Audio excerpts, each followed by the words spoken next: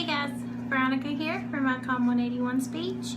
It is on why I believe abortion should continue to be legal. I think that with as far as technology, science, and healthcare has come in the past few hundred years, one would think that women would have the option to control when they are ready to have children. That once a girl becomes sexually active, birth control would become a readily available resource, so that unwanted pregnancies are avoided. But, sadly, this is not the case. I personally do not want children, and yes, I am taking birth control to prevent such pregnancies. I have known that I do not want kids for some time now, and I am in agreement with my husband on it. But birth control isn't 100% effective, and because I live in the United States, I have the right to decide for myself. The choice to decide what would be best for me if I were to get pregnant. My options.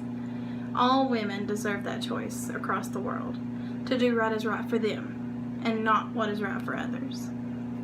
An estimated 86 million women have unwanted or unintended pregnancies a year.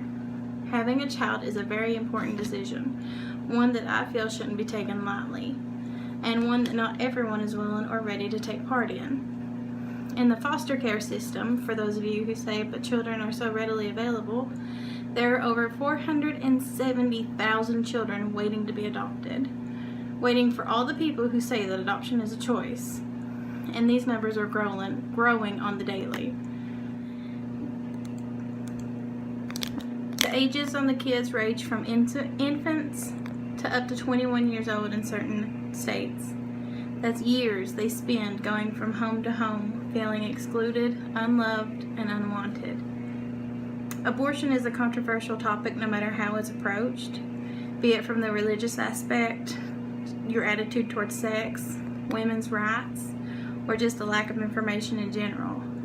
People don't like to discuss sex. It makes them uncomfortable, but let's face it, teens start having sex early, and it seems like it gets earlier the later we get in life. Both teens, that is. That's the male and the female. But the girl's the one that faces the possibility of pregnancy, and the one who faces all the labels. All the name calling, the bad words that I'm not going to say. Sex is going to happen because it's a natural exploratory part of life. Only abstinence is 100% way to not get pregnant, and that's not likely going to happen. Planned Parenthood is an option for many who need help getting contraceptives, exams, and other medical procedures, but they can't afford it on their own, or they don't have any help at home. Planned Parenthood isn't just available for women. They offer a wider variety of services, not just abortion. They have checkups, STI and STD testing, cancer screenings for men and women, and fertility testing. But because they do perform abortions, many people want to do away with Planned Parenthood. When I sat down and thought about the pros and cons of having a baby, and I really thought about it, my gut always went to no. And when I talked to my gynecologist about it, about having a long-term contraceptive, he told me that I had to be at least 30 and have 2 children before I could get a tubal. I was like, but it's my body. It's my prerogative what I do with my body, and I know I don't want children. Roe v. Wade was a landmark decision by the Supreme Court that said a woman's right to an abortion was upheld under the 14th Amendment. If Roe v. Wade is to be overturned, then regulating abortion laws would revert to state legislators, which are mostly conservative.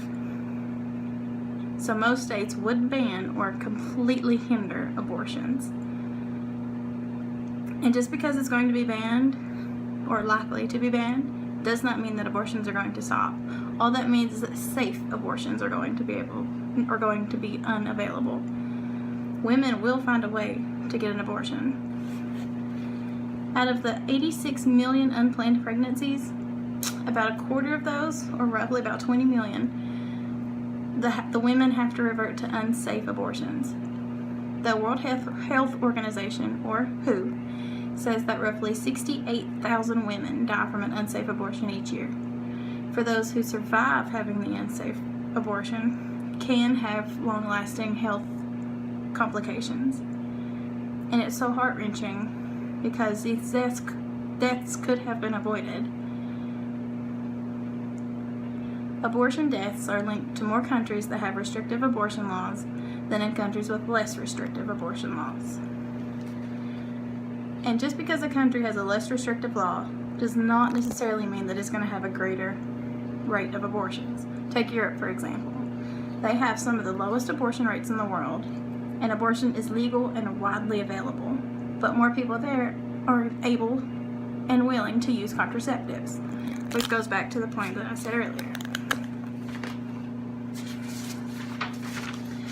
Women who are denied abortion are at higher risk to become unemployed and likely to live below the poverty line if they are not willing, or not ready, I should say, to have a child. Raising a child, as well as being pregnant, are very expensive. There are multiple doctor's appointments, as well as all the stuff you have to buy to get ready for a baby. You have your car seat, stroller, crib, just to name a few. For someone living paycheck to paycheck, these expenses can mean rent or car payment. And for some, abortions themselves are too expensive. Depending on the state, they can range from $400 to up of $1,200. Medicaid does not cover abortions unless it's special circumstances, by which they mean rape or incest, or if the mom's likely to die. And again, that's based on the state. There are things that we can do. We need better education on contraceptives and what is readily available. In places that abortion is legal, we need to help women gain access to these clinics, and we need to have doctors that are practiced and know what they are doing. Women are told regularly what they should think, what they should wear, and what's best for them. But the one thing that anybody needs to have complete control over is their body. It's your body. It's nobody else's body. Only you can decide what is right for you. And most importantly, we all need to be informed on our choices that we make and our opinions. Here I have a chart of the enacted abortion restrictions by year. You can see that as we've gotten toward the new millennia, more and more restrictions are being put on what and how you can get an abortion. And here you can see the abortion-related deaths that reported by the U.S. CDC, which you have from 1950 up to 1978, and then around 1973, I believe, Roe versus Wade was approved, and the abortion deaths rapidly declined. Went from roughly about 300 in 1950 to 1962, a peak, and then finally 1978 down to, if I had to guess, I'd say about 10-15 deaths a year.